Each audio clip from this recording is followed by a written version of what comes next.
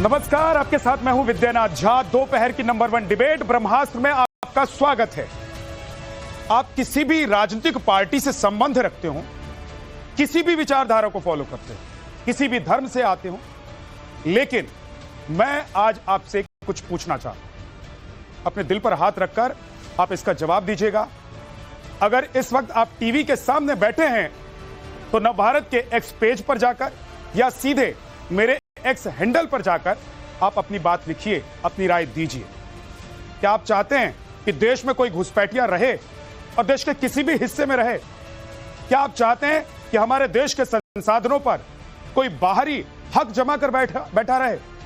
जिस मिट्टी के लिए सरहद पर हमारे जवान अमृत बलिदान देते हैं, उस जमीन पर कोई घुसपैठिया कब्जा करके हमारे देश में बैठ जाए?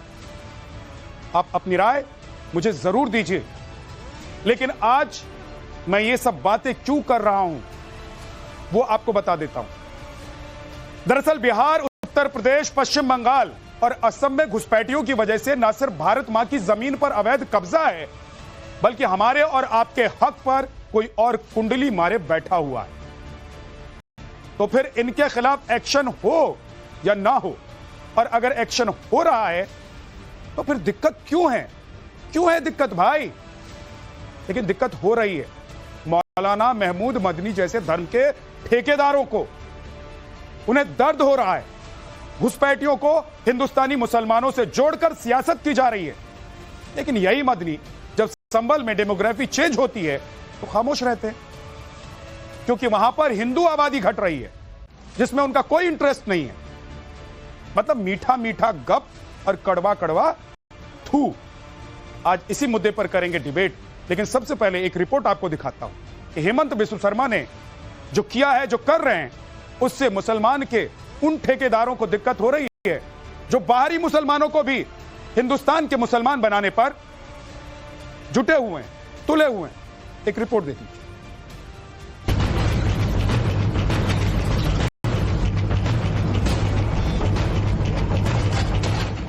घुसपैठियों पर एक्शन, क्यों भड़के मौलाना?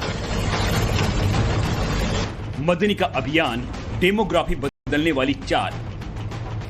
मौलाना करेंगे हदे पार, हो जाएंगे गिरफ्तार। हिमंता की चेतावनी, कान खोलकर सुन ले मदनी। असम के मुख्यमंत्री हिमंता बिस्वा शर्मा इन दिनों फुल फॉर्म में हैं। असम की बदलती डेमोग्राफी के खिलाफ उनका प्लान क्लियर कट है। असम में जो भी बांग्लादेशी घुसपैठिए हैं, उन्हें चुन चुनकर देश से बेदखल करना है। ऐसे में प्रशासन का एक्शन लगातार जारी है। ग्वालपाड़ा समेत असम के अलग अलग हिस्सों में ताबड़तोड़ बुलडोजर कार्रवाई की जा रही है। शहर से लेकर गांव तक, जंगल से लेकर पहाड़ तक कब्जा जमा चुके घुसपैठियों के ठिकाने को जमींदोज किया जा रहा है। असम के मुख्यमंत्री हिमंता बिस्वा शर्मा का संकल्प दृढ़ है। वे अवैध रूप से कब्जा की गई एक एक इंच जमीन को मुक्त कराने की बात कर रहे हैं। लेकिन हिमंता के इस अभियान पर मौलाना महमूद मदनी का दर्द छलक रहा है। घुसपैठियों के खिलाफ की जा रही कार्रवाई उन्हें रास नहीं आ रही। ऐसे में यूपी के इस मौलाना ने इन दिनों असम को अपना ठिकाना बना लिया है। मौलाना उन जगहों का दौरा कर रहे हैं जहां जहां घुसपैठियों के खिलाफ बुलडोजर कार्रवाई की गई। दरअसल ओरियम घाट में अतिक्रमण के खिलाफ हुई कार्रवाई में कई मुसलमानों को उनके घरों से बेदखल करने का आरोप है। दावा किया जा रहा है कि यहां करीब 1500 परिवारों को अपना घर बार छोड़ना पड़ा है, जबकि प्रशासन का दावा है कि इन लोगों ने जंगल में अवैध कब्जा किया था। लेकिन महमूद मदनी इस कार्रवाई को भी अवैध बताने में जुटे हैं। अवैध अतिक्रमण के खिलाफ हुई कार्रवाई को मुसलमानों के खिलाफ साजिश बता रहे हैं। धर्म के आधार पर लोगों को बांटकर सत्ता पाने के लिए, सत्ता बाकी रखने के लिए लोग खास किस्म के नारे देकर, एक विशेष वर्ग बताकर, मियां बताकर, अननोन बताकर, डाउटफुल बताकर, डेरोगेटरी अल्फाज का, वर्ड्स का, शब्दों का प्रयोग करके, यूज करके, तो वो एटीट्यूड सही मानों में एविक्शन की इस बारबरिक तरीके से एक्शन से जितना दुख, उससे ज्यादा दुख उस एटीट्यूड पे है। अगर कोई डाउटफुल है तो डाउट क्लियर करने का तरीका मौजूद है, आप वो क्यों नहीं इख्तियार करते? अगर कोई फॉरेनर मौजूद है तो उसको डिपोर्ट क्यों नहीं किया जाता? एक और जहां घुसपैठियों और जल जंगल जमीन पर कब्जा करने वाले मुसलमानों पर की जा रही कार्रवाई को लेकर मौलाना महमूद मदनी का दर्द छलक रहा है, वहीं मदनी के बयान पर असम के मुख्यमंत्री हिमंता बिस्वा शर्मा ने भी तीखी प्रतिक्रिया देते हुए उन्हें सख्त चेतावनी दी है। मादानी कौन है? मादानी की भगवान निकी? तो मादानीर বাহাদুরি কংগ্রেস থাকিলে চলে, বিজেপি থাকিলে মাদানী ফাদানীৰ একো বাহাদুৰি নাই। তেখেতে গ্ৰেপ্তাৰ কৰা দাবী উত্থাপন কৰিছে। বেছি কৰিলে মই মাদানীক ভৰাই দিম। তেওঁলোক স্যাৰ তিনি গগৈৰ লগত ফৰ্মুলাই কৈছে মাদানীক বেছি কৰিলে ময়ে ভৰাই দিম। সিএম মইহে, সিএম মাদানী নহয় নহয়। মই মাদানী ফাদানীক কালি উচ্ছেদৰ জেগাত গৈছে 7জনীয়া দল এটা গৈ তাত প্ৰতিবাদ কৰিছে। চাই আহক উচ্ছেদ কৰি মাটি দখল কৰিলে কিমান বেয়া হ'ব পাৰে, তেওঁ নিজে চাই আহিছে না কালি। গতিকে বেলেগক আৰু নকয় যে মাটি দখল কৰ বুলি, কাৰণ এই মানুহবিলাকে চালেহে সিহঁতি কঁপিব যে বিজেপি কেনেকুৱা হয়, যে বিজেপিয়ে যে কাকো ভয় নকৰে। অচিনাকি মানুহ ফৰেষ্টত ভিজিআৰ পিজিআৰত থাকিলে এভিকশ্যন হ'বই। इतना ही नहीं, सीएम हिमंता बिस्वा शर्मा ने मौलाना मदनी पर तंज कसते हुए कहा कि उन्होंने जानबूझकर मदनी के दौरे को अनुमति दी ताकि उन्हें पता चले कि जमीन पर कब्जा करने वालों के साथ कैसा बर्ताव होता है। पिछले कुछ दिन पहले ही यूपी के संभल में बदली डेमोग्राफी को लेकर न्यायिक आयोग की रिपोर्ट आई थी, जहां आजादी के बाद से हिंदुओं की संख्या लगातार घटी और मुसलमान हिंदुओं से ज्यादा हो गए, जबकि असम में ऐसे कम से कम 11 जिले ऐसे हैं जहां की डेमोग्राफी में बहुत बड़ा बदलाव हुआ है। यहां कम से कम 11 जिलों में हिंदू बहुसंख्यक से अल्पसंख्यक हो चुके हैं। खुद असम के मुख्यमंत्री का कहना है कि 2041 तक राज्य में मुस्लिमों और हिंदुओं की आबादी 50-50 हो सकती है। मतलब साफ है, डेमोग्राफी बदलने के लिए न सिर्फ जंगल और जमीन पर कब्जा किया जा रहा है, बल्कि घुसपैठियों का भी सहारा लिया जा रहा है।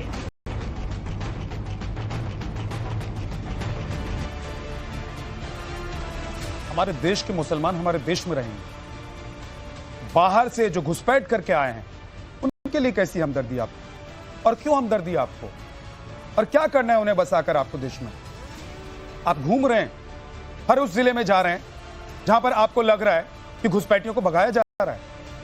आप संभल नहीं जा रहे हैं, आप संभल को नहीं देखते हैं, क्योंकि आपको पता है कि वहां से आपकी ठेकेदारी चलने वाली नहीं है। आपको पता है कि वहां जाने से आपको कोई फायदा नहीं होने वाला है, क्योंकि आपकी जो दुकान है वो सिर्फ एक वर्ग, एक समुदाय के लिए बात करके चलता है, नहीं तो आपकी दुकान बंद हो जाएगी। आज इसी पर बात करेंगे। एसएन सिंह बीजेपी के प्रवक्ता हमारे साथ हैं, विनोद बंसल जी वीएचपी प्रवक्ता, मोहम्मद फैज खान संयोजक मुस्लिम मंच से हमारे साथ हैं, और साथ ही साथ अश्विनी मिश्रा हमारे साथ हैं, कांग्रेस के नेता, आदिल खान प्रवक्ता AIMIM, विवेक श्रीवास्तव जी लेफ्ट के नेता हमारे साथ। आप सभी का बहुत बहुत स्वागत है।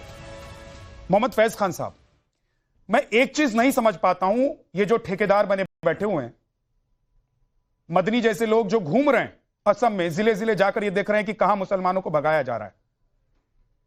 हिंदुस्तानी मुसलमान, पाकिस्तानी मुसलमान, बांग्लादेशी मुसलमान, क्या इसमें फर्क नहीं है? क्या इन मुसलमानों को आप देश में बसाना चाहते हैं, और बसाकर क्या करना चाहते हैं? बिरादरान हिंद, अस्सलाम वालेकुम रहमतुल्लाहि व बरकातहू। भारत माता की जय। विद्या भैया, मैं आपकी विद्वत्ता को सदा प्रणाम करता रहा हूं और अभी भी करूंगा, क्योंकि अभी आपने पहले कह दिया था कि भारत का मुसलमान भारत में रहेगा। बिल्कुल सही बात है। अनुच्छेद 326 भी यही कहता है कि भारत के नागरिक को वोट देने का अधिकार है, किसी बांग्लादेशी, पाकिस्तानी को या अफगानिस्तानी को यहां वोट देने का अधिकार नहीं है।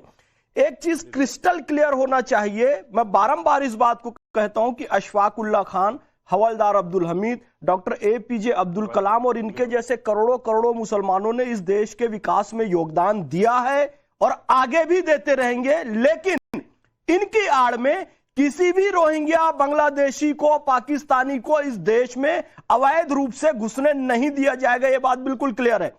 एक उदाहरण मैं बार बार देता हूं कि हम अशफाक उल्लाह खान और हवलदार अब्दुल हमीद साहब की तस्वीरें अपने घरों में लगाते हैं, हिंदू मुस्लिम सब लगाते हैं, ऑफिस में लगाते हैं, लेकिन एक छिपकली जो है वो रात भर कीड़े मकोड़े खाती है और सुबह होते होते इन तस्वीरों के पीछे छुप जाती है। हम उस छिपकली को बाहर निकाल रहे हैं और ये मदनी जैसे लोग उस छिपकली को यहां शरण देने की कोशिश कर रहे हैं कि भैया यहाँ रहो और कीड़े मकोड़े खाते रहो, यानी भारत के संसाधन पर कब्जा करते रहो, यहां की जमीनों पर कब्जा करते रहो। यह कौन सी विचारधारा है मैं आपको बताऊं। अफसोस की बात है, भारत एक थियोक्रेटिक नेशन नहीं होने के बावजूद भी, मैं बार बार कह रहा हूं, भारत धर्मतांत्रिक देश नहीं है, फिर भी यहां पर कांग्रेस, समाजवादी, बहुजन समाज पार्टी, आम आदमी पार्टी और राष्ट्रीय जनता दल जैसे दलों को ये मदनी जैसे लोग चलाते हैं। स्पष्ट अरशद मदनी का बयान आया था कि मैंने कहा था कांग्रेस को, हेमंता बिस्वा शर्मा को सांसद की टिकट मत दो, और अभी अभी महमूद मदनी ने सभी पार्टियों के सांसद की एक बैठक ली, विपक्षी सांसदों की, उसमें सभी वर्ग के लोग थे, और वो बता रहा था कि आपको बीजेपी को कैसे जवाब देना है, आपको कहां क्या बोलना है, कैसे। अरे भाई, वो सांसद चुन के आए, खुद जवाब देंगे कि अरशद मदनी और महमूद मदनी के हिसाब से देंगे, उनके हिसाब से टिकट दी जाएगी। अफसोस की बात है कि भारत, यह खुशी की बात है कि भारत एक धर्मनिरपेक्ष देश है, लेकिन अफसोस की बात है कि अभी भी ये नेता, धार्मिक नेता इनको चला रहे हैं। विवेक श्रीवास्तव जी। नहीं, कुछ नहीं, मदनी साहब एक रिस्पेक्टेड आदमी है और शायद ये भूल रहे हैं कि वो किस्सा कि जब प्राइम मिनिस्टर नरेंद्र मोदी को कुछ मुस्लिम भाई एक मुस्लिम टोपी देने चले थे और मोदी साहब ने नहीं पहनी थी तो बड़ा विवाद हुआ था, तो प्राइम मिनिस्टर के समर्थन में मदनी साहब आए थे और कहा था to be good to each other, एक दूसरे की कॉपी करके एक दूसरे की पोशाकें पहनना जरूरी नहीं है।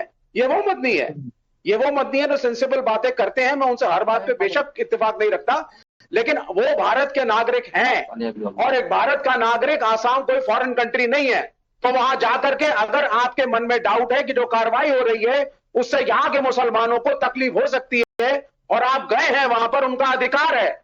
हेमंता बिस्वा शर्मा को धमकी नहीं देनी चाहिए थी, उनको वेलकम करना चाहिए था। मेरा जैसा आइए, ये मेरा राज्य है, मैं मुख्यमंत्री हूं, आप देखिए सबको ट्रांसपेरेंटली हो रहा है। ऐसे लोग संभल जैसी जगहों पर क्यों नहीं जाते हैं विवेक जी? ऐसे लोग संभल जैसी जगहों पर क्यों नहीं जाते हैं? इनको हिंदुस्तान से प्यार है या बांग्लादेश और पाकिस्तान के मुसलमानों से प्यार है? नहीं, किसी से नहीं प्यार है। डर इस बात का है कि हर बंगाली बोलने वाले मुसलमान को देश भर में आप बांग्लादेशी करार दें। लेकिन पश्चिम बंगाल में अगर आप बांग्लादेशी को फंसा लेंगे और कहेंगे कि नहीं ये बंगाली बोलते हैं इसलिए पश्चिम बंगाल का है, तो उसको देश में जगह दी जाएगी, उसको रखना पड़ेगा। वही बंगाली की आड़ में, मुसलमानों की आड़ में रोहिंग्या को बसाने की साजिश। अरे भैया, बंकिम चंद्र चट्टोपाध्याय हमारे हैं, सुभाष चंद्र बोस हमारे, रविन्द्रनाथ टैगोर हमारे हैं और रहेंगे, लेकिन इनकी आड़ में रोहिंग्या को नहीं घुसाया जा सकता। बंगाल क्रांतिकारियों का सबसे बड़ा गढ़ रहा है, लेकिन इनकी आड़ में बांग्लादेशियों को नहीं घुसाया जा सकता। सचिन नाथ सान्याल, प्रीति लता वादेदार और तमाम मास्टर सूर्यसेन, तमाम क्रांतिकारी बंगाली थे, बंगाली है, बंगाली रहेंगे, लेकिन इनकी आड़ में किसी भी आतंकवादी को घुसने नहीं दिया जा सकता। एक बात आपको स्पष्ट करनी चाहिए, क्लियर करनी चाहिए कि बंगाली और बांग्लादेशी में अंतर आपको पता होना चाहिए, बंगाली और रोहिंग्या में आपको अंतर पता होना चाहिए, और मुसलमान हवलदार अब्दुल हमीद और डॉक्टर एपीजे अब्दुल कलाम और कसाब में आपको अंतर पता होना चाहिए। बात को रिपीट मत करिए, आप सुन लीजिए। अब आप इलेक्शन जीत चुके हैं, आपको टिकट मिला था, आपने भाषण दिया, बहुत बढ़िया भाषण था। अब इसकी रिप्लाई सुनिए। आप आते होंगे भाषण देने के लिए, मैं अपना विचार व्यक्त करने आता हूं। रोहिंग्या और बांग्लादेशी की आड़ में हम ये कह रहे हैं कि आप भारत के मुसलमान को टारगेट कर रहे हैं। अरे मुझे टारगेट कर रहे हो आप विद्या भैया, मुझे पीट रहे हो क्या? मैं तो खुश हूं, नेशनल चैनल पे खड़ा हूं, क्या बात कर रहे हो आप? कुछ भी अच्छा मदनी, महमूद मदनी, वो सईदा हमीद कौन है पता नहीं, पहले पद्मश्री मिला, खुल के घूम रहे हैं भारत में, कुछ भी बकवास कर रहे हैं, एनआरसी ला रहे हैं, पूरी स्वतंत्रता सबको एसआईआर के थ्रू, और यहाँ पे तरीके से मुसलमानों को टारगेट किया जा रहा है। हाँ, यहाँ के चीफ मिनिस्टर कह रहे हैं कि हम रिमोट एरियाज में शस्त्र देंगे जिससे आप रक्षा कर सकें खुद की। ओके, रुक जाइए यहाँ पे जी, आप ये कह रहे हैं कि आप रोहिंग्याओं, घुसपैठियों की आड़ में आप पश्चिम बंगाल के मुसलमानों को देश से बाहर कर रहे हैं, असम के मुसलमानों को देश से बाहर कर रहे हैं। आप ये कह रहे हैं कि जो हमारे हैं उनको हम बाहर फेंक रहे हैं, क्या आप ऐसा कर रहे हैं एहसन सिंह जी? विद्यानाथ जी, पहले तो ये देश संविधान से चल रहा है और संविधान में कहीं ऐसी व्यवस्था नहीं है कि धर्म जात देकर किसी को बाहर किया जाए, अंदर किया जाए।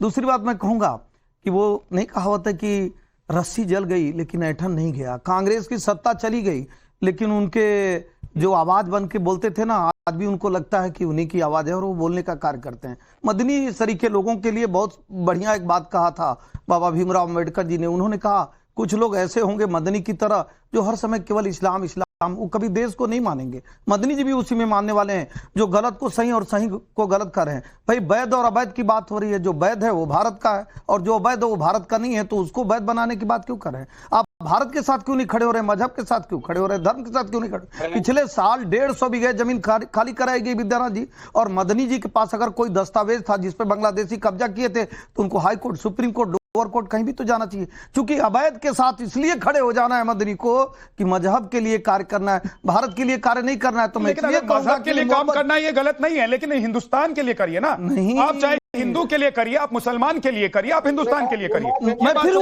मैं उसी पे कह रहा हूं कि बाबा साहब ने कहा था वो मुसलमान जो ऐसा मोहब्बत करेगा कि अगर कोई भारत का विरोधी हो, दुश्मन हो, भारत के खिलाफ षड्यंत्र रच रहा हो, भारत में घुसपैठ कर रहा हो, उसके साथ भी मजहब के साथ खड़े हो जाना, उस पे कहा था। मैं ये कहूंगा ऐसे लोगों को ये मोहब्बत जायज है, आपकी मोहब्बत होनी चाहिए, लेकिन मदनी लोगों को भी ऐसे लोगों के साथ ही उन्हीं देशों में भेज देना चाहिए जहां से वो आए हैं, तभी जाकर विवेक श्रीवास्तव। तो मदनी देश के नागरिक हैं तो क्या मदनी पाकिस्तान और बांग्लादेश और रोहिंग्याओं को देश में बसा लेंगे क्या? नहीं, मैं कह रहा हूं मदनी जी अगर देश के नागरिक हैं और देश के दुश्मनों के साथ जाना चाहते हैं तो कौन मना कर रहा है? मदनी डिक्लेयर कर दे कि हम देश के साथ नहीं रहना चाहते हैं, हम दुश्मनों के साथ रहना चाहते हैं, दुश्मनों के साथ मोहब्बत करना चाहते हैं। और विवेक श्रीवास्तव जी को भी अगर भारत खराब लग रहा है तो किसी ने मना किया है, लेकिन भारत में अगर किसी को रहना है तो भारत के संविधान के हिसाब से रहना, बयान के हिसाब से नहीं। मदनी जी का भी सपोर्ट करते हुए एक महीने पहले मदनी जी कह रहे हैं, अराजकता वाला बयान मदनी जी का भी विवेक श्रीवास्तव सुना क्या?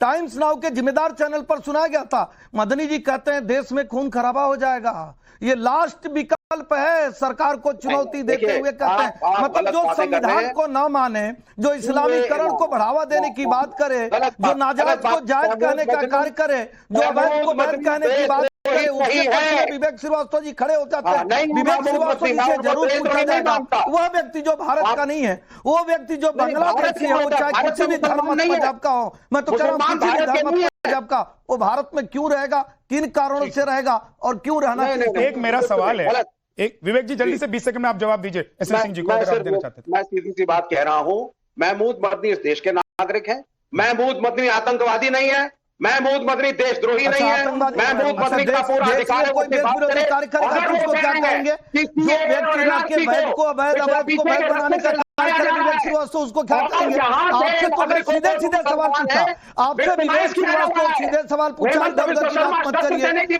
अवैध को वैध क्यों बनाने की बात नहीं कर रहे? जो भारत का नहीं है, जो घुसपैठिया है, उसको क्यों रखने की बात कर रहे हैं? आप दो कारण तो बताइए, आप दो कारण बताइए। इधर उधर की बात मत करिए, मेरा पूरा समय दे दीजिए इनको। इनसे पूछिए जो भारत का नहीं है, जो घुसपैठी है, उसको क्यों भारत में रहना चाहिए? बताइए। हम नहीं मानते, हमारा मानना है आप घुसपैठियों में आपका इंटरेस्ट नहीं है, आपका इंटरेस्ट हिंदू राष्ट्र बनाने में है।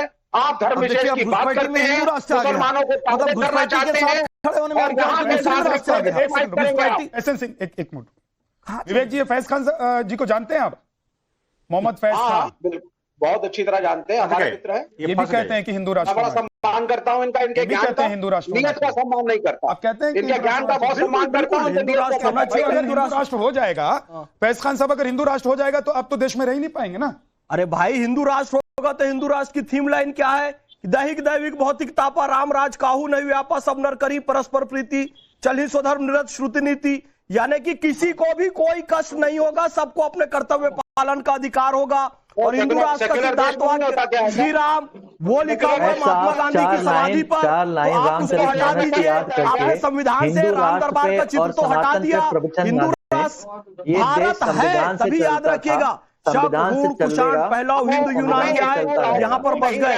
यहाँ पर मंगोल तक आए, मुगल तक आए, अरब आए, फ्रेंच आए, डच आए, अंग्रेज आए, सब यहाँ पर बस गए। सबको सिर्फ भारत बीच में लेकर आया था मैं आपको। भारत की संस्कृति ने सबको स्वीकार किया बिकॉज ऑफ हिंदू बहुसंख्यक। एक बात और, हिंदू बहुसंख्यक है तब तक यह देश सर्वधर्म संभावी है। नहीं तो आप अफगानिस्तान की हालत देख लीजिए, सोमालिया और युगांडा की हालत देख लीजिए, बांग्लादेश और पाकिस्तान की हालत देखिए। ठीक है सर, एक बार अश्विनी मिश्रा जी, बहुत सिंपल सा मेरा सवाल है, और आज देश की जनता जो इस वक्त हमको देख रही है उनको भी मैंने बोला है कि आप लोग बताइए कि आपकी राय इस पर क्या है, वो अपनी राय मुझे भेज रहे हैं, लेकिन मैं आपसे जानना चाहता हूं कि जिस मिट्टी के लिए हमारे वीर जवान, हमारे सपूत बलिदान देते हैं, उस मिट्टी पर आप लोग चाहते हैं कि रोहिंग्या, बांग्लादेशी, पाकिस्तानी आकर बस जाए सिर्फ इसलिए क्योंकि इससे कुछ राजनीतिक पार्टियों का फायदा होता है, उनका वोट बैंक बढ़ता रहता है।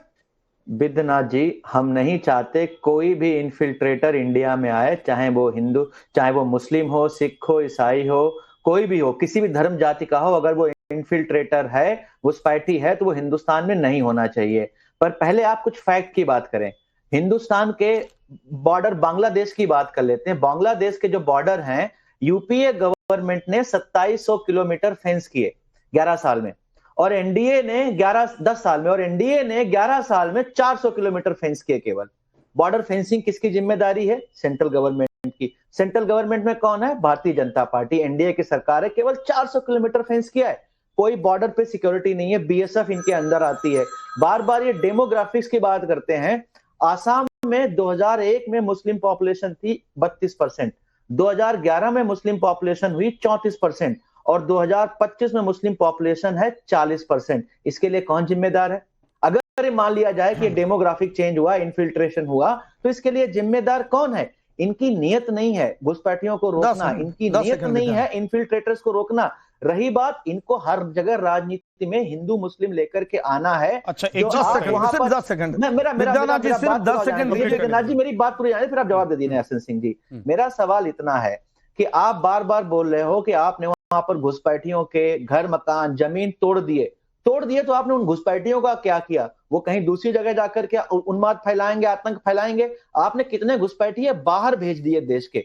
आप उनका आंकड़ा क्यों नहीं देते? कितने बाहर भेज रहे हैं, उसी पर तो परेशानी हो रही है, दर्द हो रहा है ना अश्विनी जी। किस आधार पे मैं कह रहा हूं कि जब बाहर आप पहले सवाल उठाते हैं कि कितने भेज दिए, जब बाहर भेज रहे, असम में क्या कर रहे हैं हेमंत बिस्वा शर्मा? कितने भेज रहे हैं? असम में हेमंत बिस्वा आइडेंटिफाई करें, कमाल की बात है।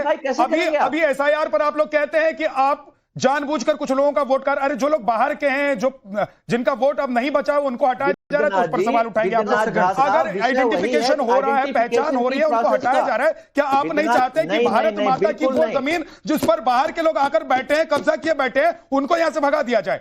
आपकी सरकार आपने जमीन तोड़ दी, आपने कहां भगा दिया? वो दूसरी जगह शिफ्ट करेंगे। आप भगा किसको रहे हो? किसी को नहीं भगा रहे हो। आप सिर्फ और सिर्फ वहां पर एक डेमोग्राफिक्स के नाम पे हिंदू मुस्लिम की राजनीति कर रहे हो। और रही बात, आपने एसआईआर का सवाल उठाया, एसआईआर में भी क्यों विषय है? क्योंकि आप जो आइडेंटिफिकेशन मांग रहे हो वो 20 से 30% हिंदुस्तानियों के पास भी नहीं है। क्या आप उनको भी पाकिस्तानी या बांग्लादेश बनाकर देश से निकाल देंगे क्या? ठीक है, ये संभव नहीं है। देश संविधान से चलेगा, हिंदू राष्ट्र नहीं बनेगा। मैं कह रहा हूं विद्यानाथ जी, चेक करा लीजिएगा और इनसे पूछ भी लीजिएगा कि भाई इंदिरा गांधी जी की सरकार में बांग्लादेशियों को भारत की मान्यता दी जाती है और राजीव गांधी की सरकार में दी जाती है, किसी और सरकार में दी गई हो तो यहीं पे ये बता के जाएंगे। पहली बात, आज जब देख रहे हैं कि भारतीय जनता पार्टी की सरकार में बॉर्डर से घुसपैठ बंद हो गया है, बहुत कोई आ नहीं पा रहा है, जो आ रहा है वो गोली खा रहा है, यहां से जो घुसपैठ किए उनको बाहर निकाला जा रहा है, जिनको ये मासूम कर रहे हैं, इनके सहयोगी, इनके रिश्तेदार मासूम कर रहे हैं, जब उन पर कार्रवाई हो रही है, उनकी जमीन जब्त किए हैं, जो कब्जा किए उसको खाली कराया जा रहा है, तो आवाज कौन उठा रहा है? कांग्रेस पार्टी। मैं तीसरी बात कहूंगा, भारतीय जनता पार्टी की सरकार हमेशा घुसपैठ पे बोलती रही है और काम करती रही है। घुसपैठ पे एक शब्द भी कांग्रेस कभी बोलती हो तो बता दीजिए। इस नाते घुसपैठियों को अगर आप अपना वोट मांगेंगे और मांगेंगे तो देश के साथ गद्दारी करने का कार्य करेंगे। और चौथी बात मैं कहूंगा, आपने पूछा भारतीय जनता पार्टी की सरकार ने क्या किया? बॉर्डर पे जिस तरह से त्रिस्तरीय सुरक्षा को बढ़ाया गया, एक स्तरीय नहीं त्रिस्तरीय, ताकि घुसपैठी आने ना पाए और भारत में जो घुसपैठी है वो बाहर चले जाए। तो दर्द किसको हो रहा है? सीएनआरसी आ रही है, घुसपैठिया 2017 में भारत में आए हैं कि कुछ ऐसा घुसपैठिया आपकी सरकार में आए हैं साहब। लालच में कोई डेटा नहीं है आपके पास, आपको सिर्फ राजनीति करनी है, आरजेडी कर रही है, समाजवादी पार्टी कर रही है, कोई डेटा नहीं देना आपने। क्योंकि उनको देश से नहीं मतलब, अगर देश से मतलब होता तो उस समय भी वहां के गवर्नर ने कहा था, आसाम के गवर्नर ने, कि जो बांग्लादेशी है उनको बाहर जाना चाहिए। लेकिन तत्कालीन प्रधानमंत्री इंदिरा गांधी जी के बयान को देख लीजिए, स्वर्गीय राजीव गांधी जी के बयान को देख लीजिए, उनको तो वोट चुभ रहा था। मैं कहूंगा, देखिए, चाहे पिछले 10 साल में घुसपैठी आए हों, चाहे उससे पहले घुसपैठी आए हों, लेकिन एक आंकड़ा जो हाल ही में अभी रिलीज हुआ था, एक डॉक्यूमेंट्री में आप लोगों ने देखी और सुनी होगी, भाई 120 साल में जो बहुसंख्यक हैं वो 67% रह जाएंगे। 1951 में बहुसंख्यक 84% थे, 2011 में 79% हो गए, तो ये तो आज के समय में नहीं हुआ है ना अश्विनी जी। दूसरी बड़ी बात यह है कि यूपी, बिहार, झारखंड, असम, बंगाल में तेजी से मुसलमानों की आबादी क्यों बढ़ रही है? क्योंकि ये इसके जो बॉर्डर हैं वहां से घुसपैठिया आ रहे हैं और आज ही नहीं आ रहे हैं। ये एक दिन में बढ़ गया क्या? आज तो शुरुआत हो गई है कि भाई 2011 तक की सरकार ये ज्यादा मत क्या बीजेपी की सरकार में नहीं, लेकिन सबसे ज्यादा आप लोगों ने राज किया है, तो फिर कैसे आ गए? सवाल आज उसी पे तो आपकी चर्चा हो रही है। आज अगर संभल में ये पता चलता है कि शरण देता है, कौन उनकी मदद करता है, कौन राजनीतिक पार्टी उनकी आवाज बनता है, यही तो पूछा जा रहा है। वो रेलवे स्टेशन पे तो रहते नहीं, वो एयरपोर्ट पे तो रहते नहीं है, जब वो आते हैं कौन उनका आधार कार्ड और वोटिंग कार्ड की लड़ाई लड़ने का कार्य करता है? हरदीप सिंह पुरी जी का ट्वीट देख लीजिए, उन्होंने दिल्ली इलेक्शन में रोहिंग्याओं को पक्के मकान देने का वादा किया था। मैंने स्वर्गीय राजीव गांधी जी यहाँ गरेवान में झांक के देखिए एक बार। हम तो कह रहे हैं, हमारे गृह मंत्री जी ने अभी संसद में बयान दिया, हमारे प्रधानमंत्री जी ओपन मंच से कहते हैं कि जो विदेशी है वो नहीं रहने चाहिए, हिंदू भारत का नहीं रहना चाहिए। विकास की राजनीति जो है 20 साल पीछे चली गई है। आपकी राजनीति पर ही सवाल है। 2011 तक का आंकड़ा मैं बता रहा हूं, 14 तक गया नहीं हूं मैं भी, और 24 तक भी नहीं आया हूं। आप अभी 2011 तक का ही आंकड़ा बता रहा हूं। सवाल उठाए हैं कैसे बांग्लादेश जिले के जिले क्या मेरा डेटा गलत है? बदल गए, डेमोग्राफी कैसे बदल गई, कैसे बदल गई, जिले के जिले कैसे ऐसे हो गए कि वहां हिंदू लापता होते चले गए और मुसलमानों की जनसंख्या बढ़ती चली गई, और आप लोग हाथ पर हाथ धरे बैठे रहे? क्यों नहीं किया आप लोगों ने?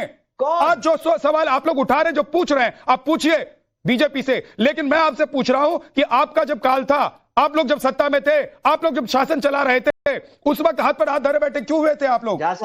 आधी समस्या तो कम से कम खत्म कर देते और बोलते कि 50% समस्या खत्म करके आए थे। उसके बाद जो 50% समस्या बची थी उसमें बीजेपी ने क्या किया? बीजेपी जवाब दे तो मैं कहता कि हाँ, या आप अश्विनी मिश्रा जी, अश्विनी मिश्रा का विरोध कौन करता है? एनआरसी का विरोध कौन करता है? मदनी का समर्थन कौन करता है? आप कहिए मदनी गलत कर रहा है, आप बोलिए अभी यहीं पे। अगर आप वफादार हैं और देश के प्रति जिम्मेदार है तो अभी बोलिए मदनी गलत कर रहा है। बोलने की हिम्मत है? नहीं बोल पाएंगे आप, क्योंकि आपका वोट कट जाएगा। हम कह रहे हैं, भारतीय जनता पार्टी तो कह रही है कि मदनी देश के साथ गद्दारी कर रहे हैं। आप कहिए मदनी देश के साथ गद्दारी कर रहे हैं। देश में कहे कि मदनी देश के साथ गद्दारी कर रही है। एसएन सिंह जी और अश्विनी मिश्रा जी दोनों लोग रुक जाइए। विनोद बंसल जी, इस देश में हिंदू मुसलमान तब शुरू हो जाता है जब लगता है हो सकता है मेरी दुकान चल सकती है, और अगर मैं वहां दिखाई नहीं दिया तो मेरी दुकान बंद हो जाएगी।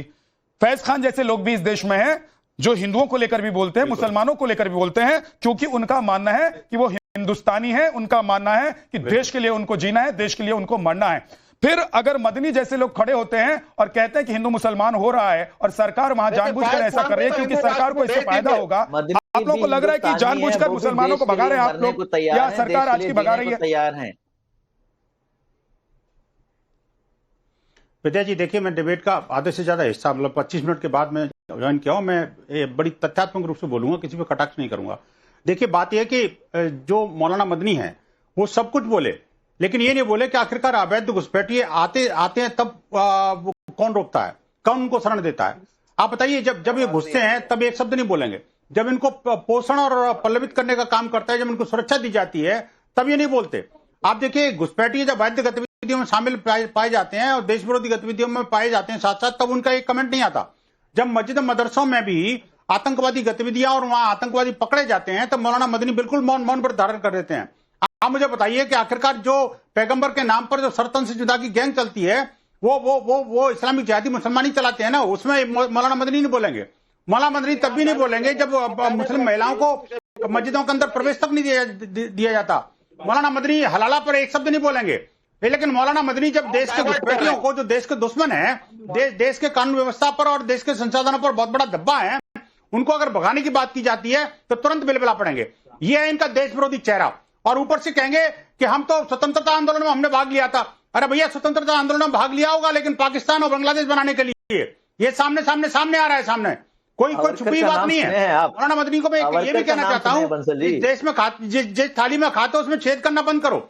और विद्या जी, मैं एक और निवेदन आपसे करूंगा कि आप जिस विद्या का प्रकाश उन अविद्यावान लोगों को देना चाहते हो और ऐसी पार्टियों को आप बुलाते हो जो पहले से देश से लेफ्ट हो गई, उनके लेफ्ट आउट विचारों को अब यहां पर देश में आप नेशनल टीवी चैनल पर जब ले जाते हो तो निश्चित रूप से पार्टीशन की बात कर रहे हो सर विनोद करेंगे ना जी, इनको समझ में नहीं सावरकर आएगा। का नाम सुने हो? ये खुद लेफ्ट हो चुके, तो अब जो है ना वो लेफ्ट आउट विचारधारा को सामने लेके आ रहे हैं। और आप देखिए जिहादियों को खुश करना, हिंदू द्रोही वक्तव्य देना और हिंदुओं के साथ दोयम दर्जे का नागरिक और व्यवहार करने वाले लोगों का और पार्टियों के साथ वो पूरा गठबंधन करके रखना। पहला जिहादी नाथूराम गोडसे आपकी विश्व हिंदू परिषद का था। कम्युनिस्ट नहीं है, पहला जिहादी नाथूराम गोडसे आप विश्व हिंदू और मैं कहता हूँ देखिए जी, पता है इनका नाम विवेक है, वो विवेकहीन है। ऐसी दिक्कत ये है कि अभी जवाहरलाल नेहरू को लेकर आपसे सवाल पूछ दिया जाएगा, आप बगले झांकने लग जाएंगे। पहला आतंकवादी नाथूराम गोडसे। अभी आपसे जवाहरलाल नेहरू पर सवाल पूछने लग जाएंगे लोग, तो आप बगले झांकने लग जाएंगे। सर मुद्दे पर रहिए, जिस मुद्दे पर हम बात कर रहे हैं। अगर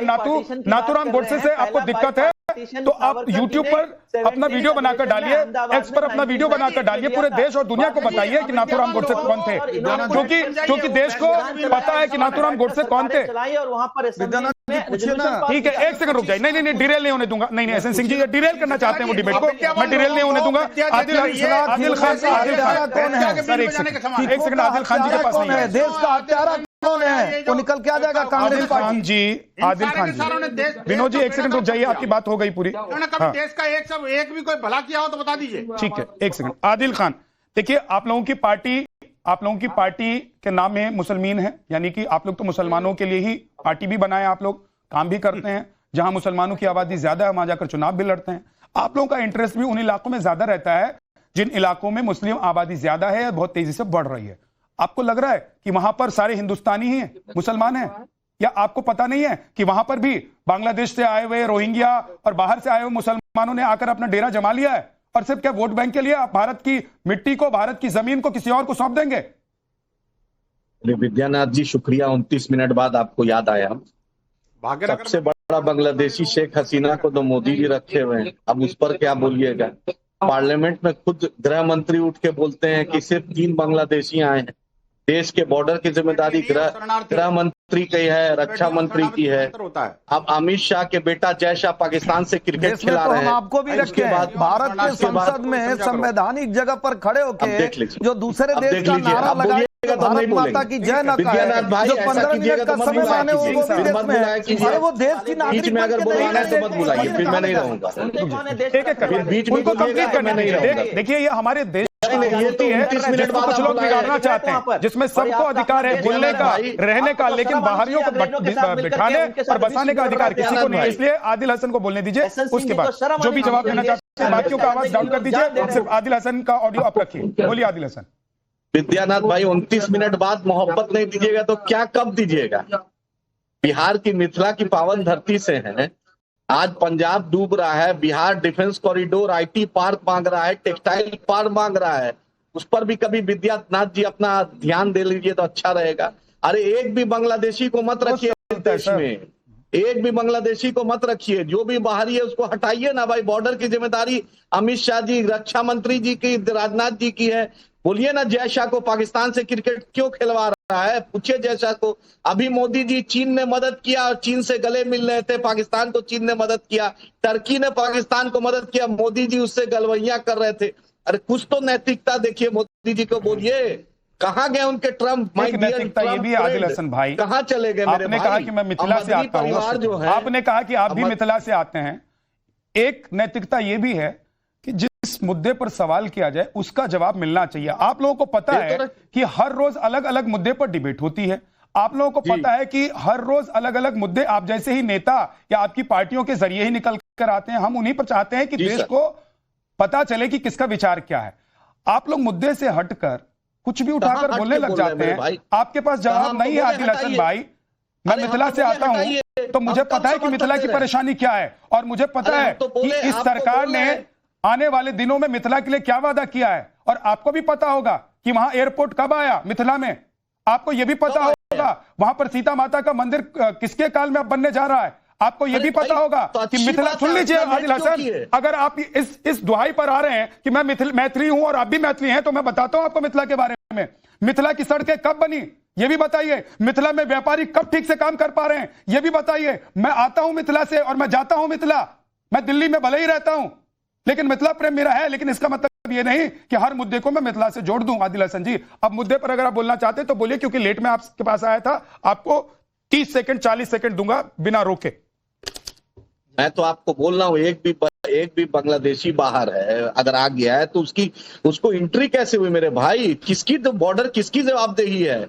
मैं तो बोल रहा हूँ मदनी परिवार के बारे में बोल रहे हैं। देश की आजादी में सबसे अहम योगदान अगर है, जिसने जिन्ना की ट्रू नेशन थ्योरी रिजेक्ट की, जिसने पाकिस्तान में जाने से रोका, सबसे बड़ा मदनी परिवार का योगदान है। आप इस बात को खारिज नहीं कर सकते हैं। आपका पॉलिटिकल डिफरेंस हो सकता है, लेकिन मदनी परिवार का एक योगदान देश की आजादी में और उसके बाद भी है, जिसने पाकिस्तान का ट्रू नेशन थ्योरी। योगदान तो जिन्ना का भी था। एक सेकंड रुकिए, योगदान तो जिन्ना का भी था। लड़े तो सब साथ में ही थे ना आजादी के लिए। हम लोग तो रिजेक्ट किए उसको ना, जिन्ना को रिजेक्ट किया। आपने जिन्ना को रिजेक्ट किया और मदनी को इसलिए सेलेक्ट कर रहे हैं क्योंकि आपको पता है कि मदनी की विचारधारा, आपकी विचारधारा एक ही है।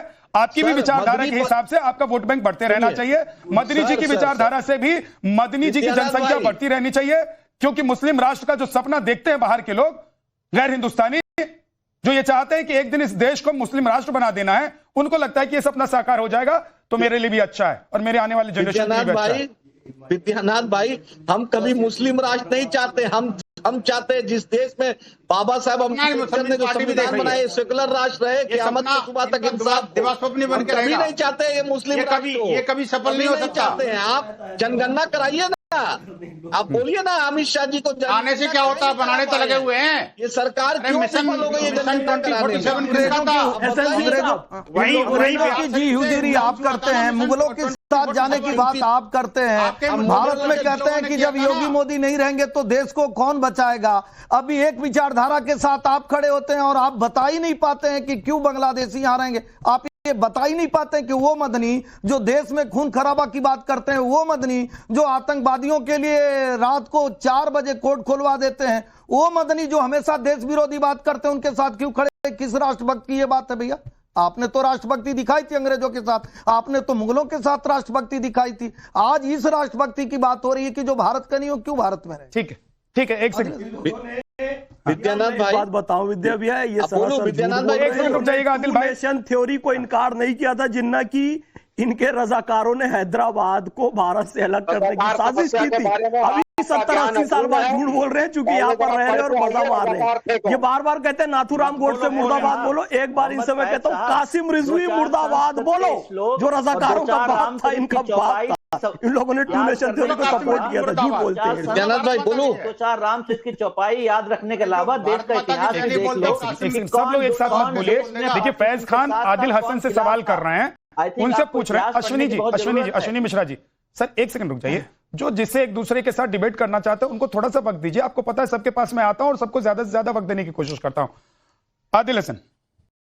विद्यानाथ भाई, अरे दिव्या कुमारी जो राजस्थान में डिप्टी सीएम है, जय मान सिंह जयसन के घर वाले, जो अकबर के घर में जिसकी रिश्तेदारी थी, उसको भाजपा डिप्टी सीएम बनाई हुई है। अरे अब आप क्या बोलिएगा? अकबर को, इस हरामजादे को काहे बीच में ले आते हैं? इस हरामजादे को कहां बीच में बुलवाते हैं? ये तो बहुत बड़ा दलाल है, ये दलाल है। फैज खान तो बोलिए, ये दलाली क्यों करता है हमेशा? अभी भी आदिल हसन है, तो क्या करेंगे? टीवी पर आता है, बेरोजगारी क्यों दूर कराते हैं इसका? थ्योरी दी थी और कासिम इसका बेरोजगारी आप क्यों टीवी पर दूर कराते हैं? इसको कुछ नहीं मिलेगा। हैदराबाद को भारत से अलग करने की साजिश की थी, वो इनका आदर्श किसने की थी? तुम्हारे पापा ने। बोले नाथूराम गोडसे मुर्दाबाद कहने वालों, कासिम रिजवी मुर्दाबाद बोलकर दिखाओ। ठीक, बोलो कासिम रिजवी मुर्दाबाद। फाउंडर है इनका, कैसे बोल सकते हैं? झूठ बोलते हैं लोग। टू नेशन थ्योरी नहीं दी थी। बोल दीजिए आदिल भाई, बोल दीजिए। कासिम रिजवी मुर्दाबाद बोल के दिखाओ। बार बार कह रहे हो एसएनसी नाथूराम गोडसे मुर्दाबाद बोलो। बोल रहे हैं, बोल दीजिए। भाई, अरे लाखों हिंदू का कत्लेआम किया था हैदराबाद में कासिम रिजवी ने। ये भारत माता की जय नहीं बोलेंगे, बुलवा दो इनसे एक बार कासिम रिजवी। सबका समय ले लीजिए, आप बोल दीजिए। बोल दीजिए। विद्यानाथ जी, इस हरामजादे से पूछिए जो अपने अब्बू जान को कैसे मुर्दाबाद बोल देंगे भाई? तुरंत आ गए आप ये बताइए आदिल हसन, ये आपका संस्कार है, ये आपकी पार्टी है? ये मिथिला, मैंने तो कभी नहीं देखा असदुद्दीन ओवैसी किसी को इस शब्द के साथ संबोधित करते हो। पार्टी है ये शब्द किसी के लिए इस्तेमाल करते हो? जी से भी नाथूराम गोडसे मुर्दाबाद बुलवा लीजिए। अरे कासिम रिजवी मुर्दाबाद बोल के दिखाओ। मैं तो अभी भी तमीज से बात कर रहा हूँ, गाली गलौज पे नहीं उतर रहा हूँ। तुम्हारी हैसियत औकात सामने आ चुकी है। नाथूराम गोडसे मुर्दाबाद बुलवा लीजिए। मुर्दाबाद कासिम रिजवी मुर्दाबाद। मुसलमान सुनो, पार्टी है ये। मानवेंद्र नाथ राय भी मुर्दाबाद है। कम्युनिस्टों के जो पिताजी हैं, ये बोल के दिखाए जो विवेक श्रीवास्तव बैठे, मानवेंद्र नाथ राय। कोई ये लोग को दबा के रखे अपने बाप दादाओं को, ये खाली नाथूराम गोडसे मुर्दाबाद बोलो। मानवेंद्र नाथ राय वो आदमी था जो कश्मीर को भारत से अलग करना चाहता था, और कासिम रिजवी वो आदमी था जो हैदराबाद को भारत से अलग करना चाहता था। एक कश्मीर को भारत से अलग करना चाहता है, हैदराबाद को भारत से अलग करना चाहता है। कासिम रिजवी, मानवेंद्र नाथ राय, उनकी औलादों का नाम है विवेक श्रीवास्तव और ये आदिल हसन जो यहाँ पर बैठे। नाथूराम गोडसे की औलाद है फैज खान। देखिए, एक तो बहुत क्लियरली मैं बता दे रहा हूं कि गाली गलौज वाली भाषा का इस्तेमाल मत कीजिए। आप लोगों को पता है कि आप लोग टीवी डिबेट में बैठते हैं, लोग आप लोगों को जानते हैं। सड़क चलते कोई आपको पत्थर मारे, ऐसा बर्ताव तो कम से कम मत कीजिए। सड़क चलते कोई आपको रिस्पेक्ट करे, आपको नमस्ते बोले, सलाम बोले, ऐसा बर्ताव तो रखिए कम से कम टीवी पर बैठकर। एक सेकंड रुक जाइएगा आदिल हसन जी। लेकिन जिसका जो कल्चर हो वो तो वही बोलेगा ना विद्यानाथ जी। बंसल साहब फिर अभी बोलने लगेंगे तो फिर मिर्चा लग जाएगा। यही है, समझा यही है, किया यही है। भाई बंसल चाचा बोलने लगेंगे मिर्चा लग जाएगा। फिर जिन्ना के मदार पे अडवाणी गए थे, अपने बाप नवाज शरीफ के बिरयानी खाने मोदी गए थे, कैसी बात कर रहे हो आप? फिर मिर्ची लग जाएगा। फैज भाई अपने इनके बाप दादाओं को चाचा मिर्चा लग जाएगा फिर अभी। कैसे संभव होगा भाई? विनोद चाचा मिर्चा लग जाएगा फिर अभी।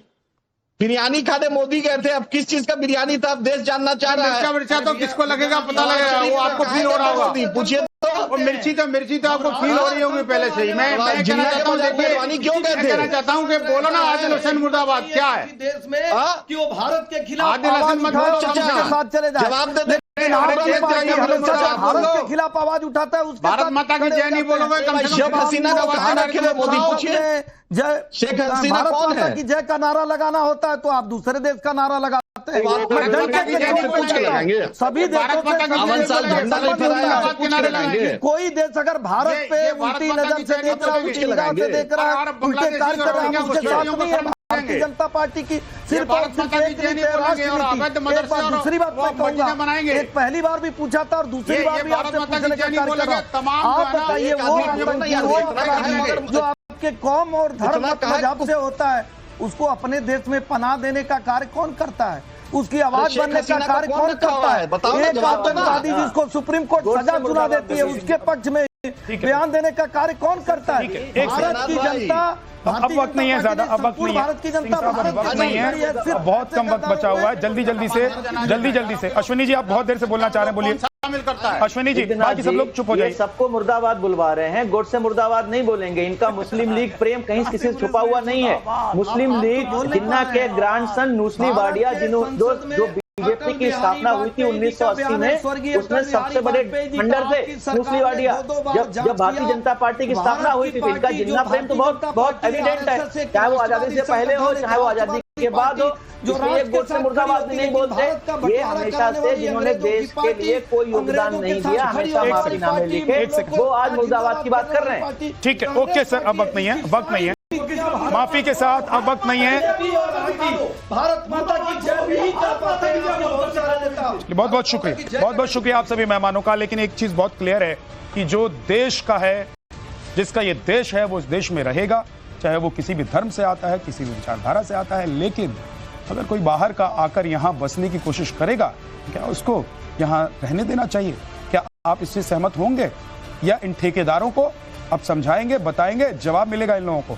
बहुत बहुत शुक्रिया आप सभी मेहमानों का हमारे साथ जुड़ने के लिए। एक बड़ी खबर इस वक्त